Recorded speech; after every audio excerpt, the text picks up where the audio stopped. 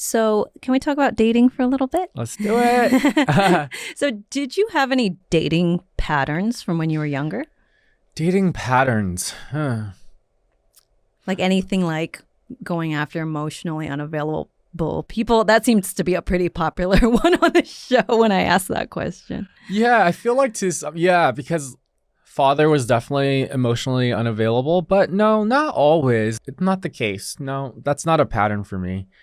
This past date, yeah, it was like that. But I again, going back to I don't hold space for that. So then I was like, what did I learn from it? And I was like, oh, I'm not holding space and I'm going to move on. And just, yeah, it was very clear. No, not tolerating this. Anything else? Did you ever go for a specific type of person that you realized doesn't serve your well-being? 2 years ago, I was in a 6-year relationship and very powerful. I think every relationship is you learn so many beautiful lessons and it's very sacred. And I there's no negative emotions. We ended on very good terms. I was but there was a lot of cultural clash because we're of different ethnicity. I went through a phase of understanding my point of attraction.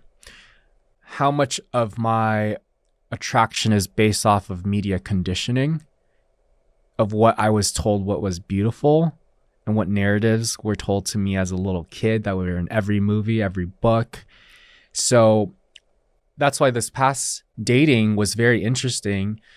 I haven't dated an Asian guy since senior year in high school.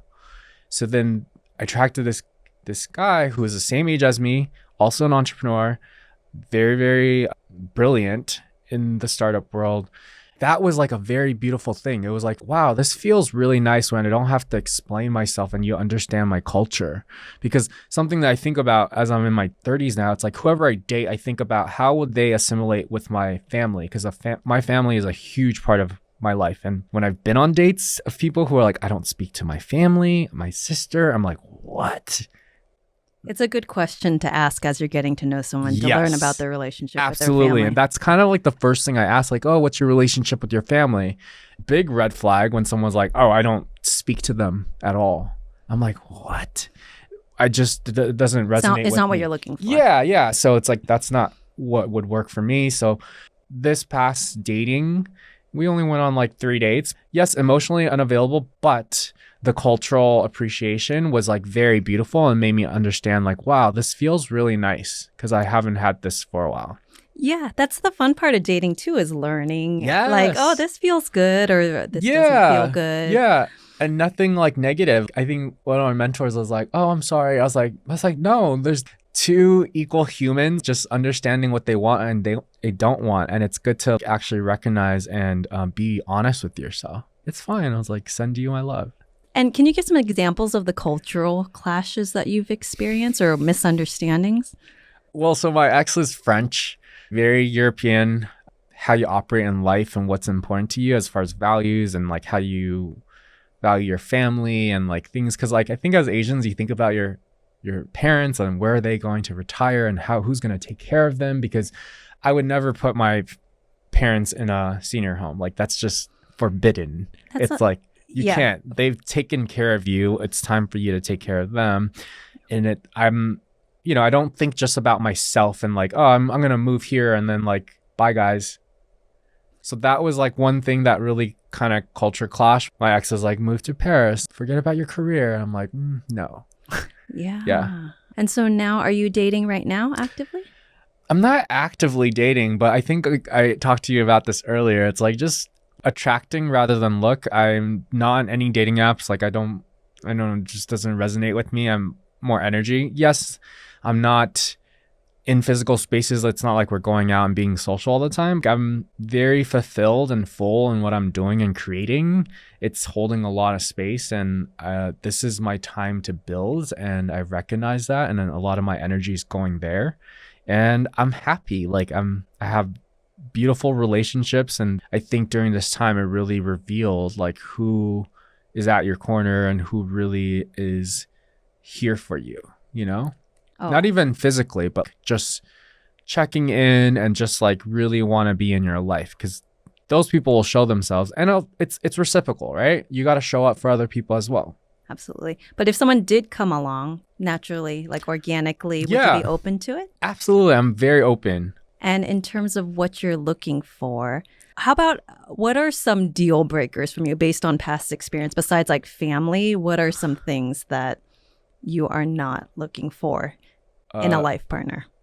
Well, we said family, so emotionally unavailable, like drugs, any addiction, like, you know, you can see those. Like, I've been on dates when it's like, oh, you're drinking every time. Like, okay, this is a problem. Like, you know, things like that. But it's just like, you know, when someone's putting in the effort and the work and will self-reflect. When you do enough of the work, like, you don't project your shit to other people, you know, and you recognize also like when someone else is projecting their stuff to you. I'd rather focus on the things I want. The positive. I know that's like such a negative question. But it's also good to recognize, at least to save your time. If someone, for example, shows they don't have integrity, that would be a no. And I think something that really attracts me is like someone who has something that they are excited to wake up about. Because I have something in my life where I'm creating and I'm really, really excited about. Like, I wish that for someone else. So then that I am not their source of happiness, that you have your own happiness. Like, I think a relationship is when two equals come together for the purpose of like spiritual growth. Like, that's how I define a relationship. And I got that from Gary Zukav, who wrote Seed of the Soul. Beautiful, beautiful book. And it talks about like true, authentic self, what that is. That's awesome. Yeah, I usually tell people it's good to be clear on what the purpose of your partnership is, because it's different for everybody. Yeah, and there's different stages, because going back to Gary Zukav's books, he talks a lot about intention. And for me, intention rules everything I do in my life, whatever I'm building, if I'm getting on a call, whatever, it's like, what's the intention of this, right? And sometimes getting clear with yourself, sometimes people, if you get to the root of why they want to be in a relationship, I don't want to be lonely. When common. You just get really, really clear and when you're comfortable in your own skin and you are able to be alone and be fulfilled. It's the best feeling. Yeah. And I think you should get to that point before you, because then you like latch on to someone's like, well, you're not making me. It's not healthy. No, it's so not healthy. And it takes work. And I was going to say, all these people fantasize about relationship, but recognize it's work. You know, I have friends who are in marriages, and if you're not continuing to do the work and showing up fully and processing your stuff, it's a lot. Because I think something that I learned through my 6 years of relationships, and after I ended the relationship, I told you I was celibate for a year. I was like, I don't want to date. I want to get back to myself, because so much of your relationship is like a unit. It's compromise. I had to understand, who am I now 6 years later from this relationship? I'm a new version of myself. I have new boundaries and I have new things that I stand for. I had to rediscover, like, who am I?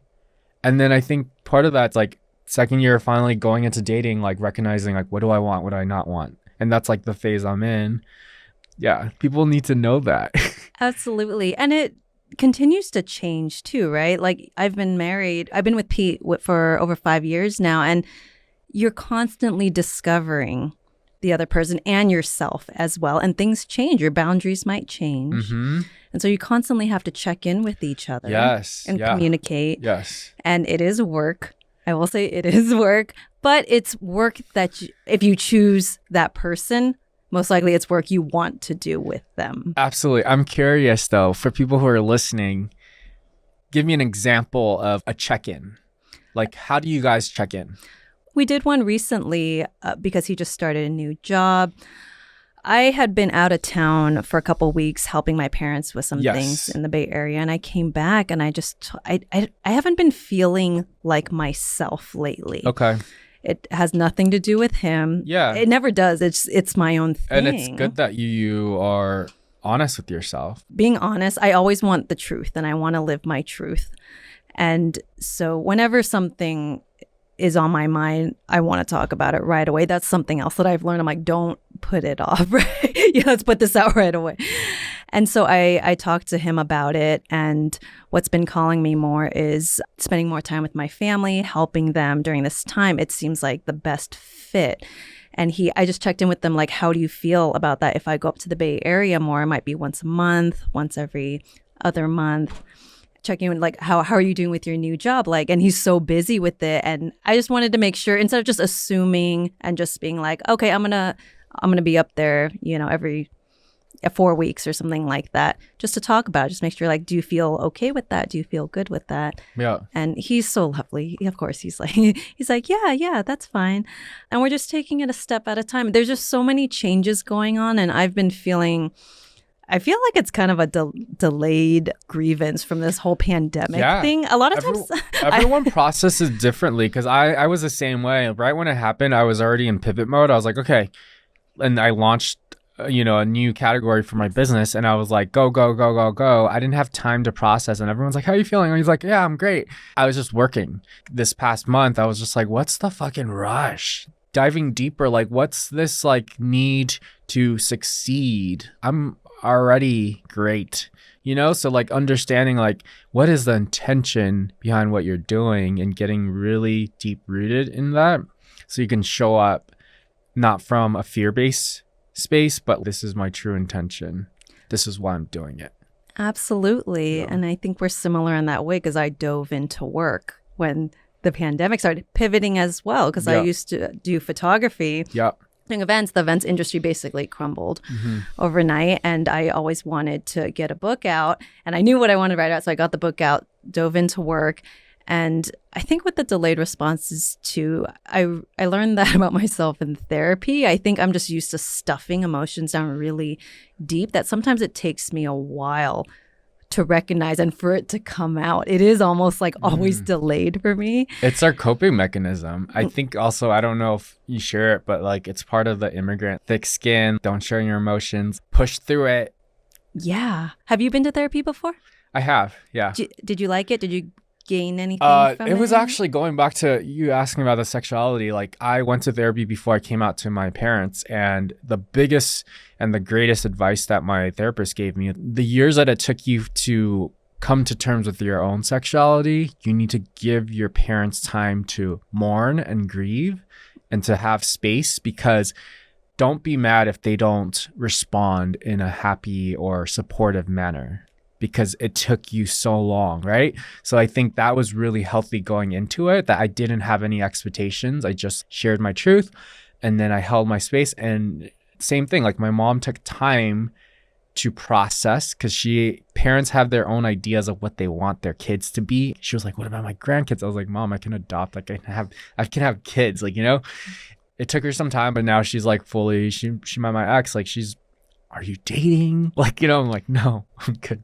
Oh, that's so cute. Well, even to have those conversations with an Asian parent. My mom's not the first person I would go to talk about. Would it be your dad or your sister?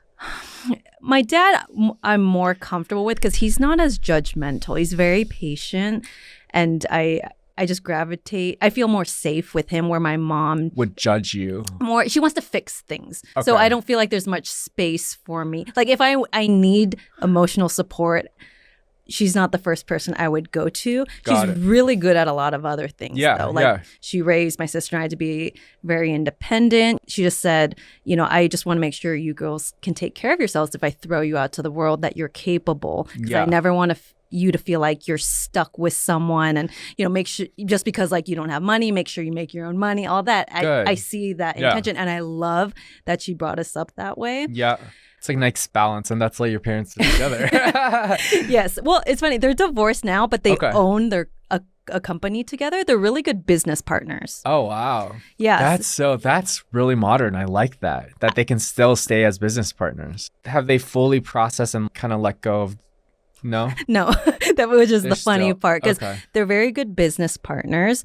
They're both very good with money, professional in that sense. And my sister works with them full time. I just go in to consult, because I'm the one who kind of needed more space. So I'm like, I'll come back and consult when I'm ready.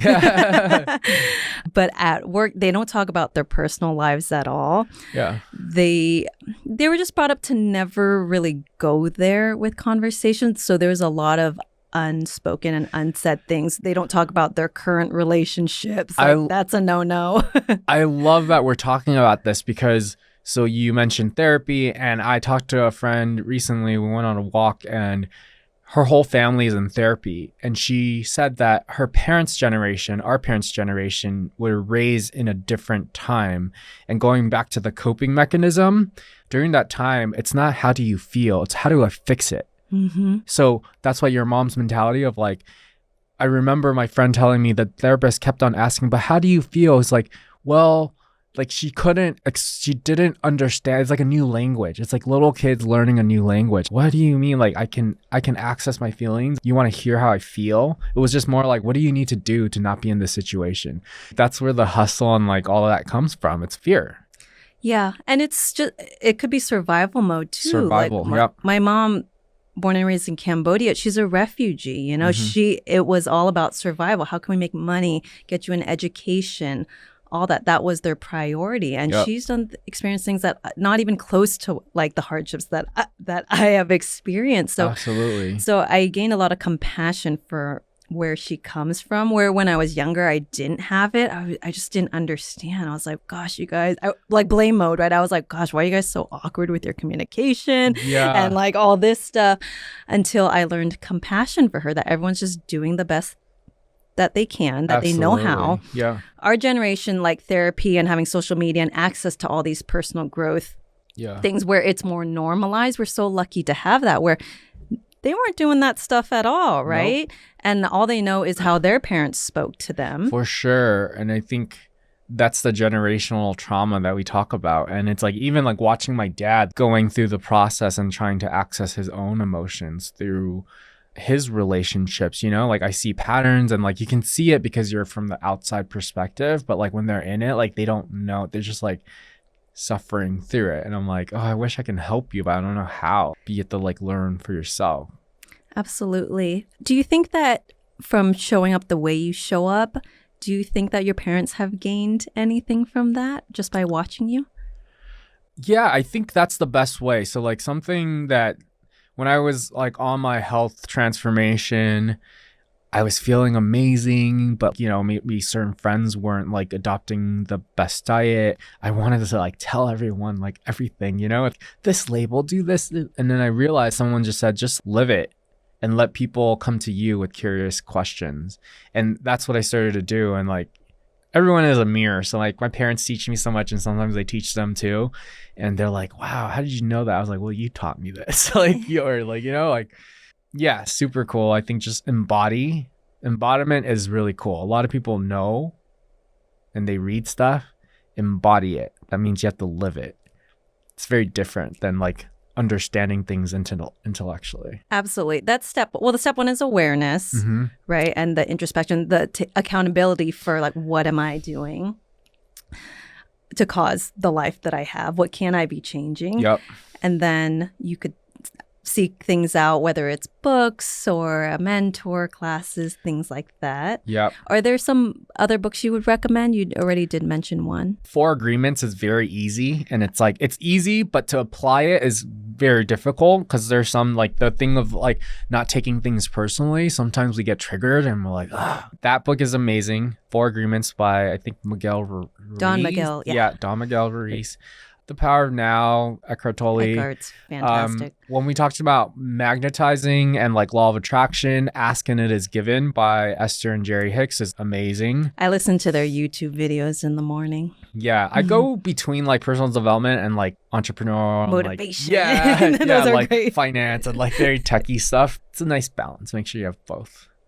Awesome. So one last question is for people who are interested in doing the work on themselves to get to a place where they feel happy, single, and becoming that magnet and attracting what they want in life.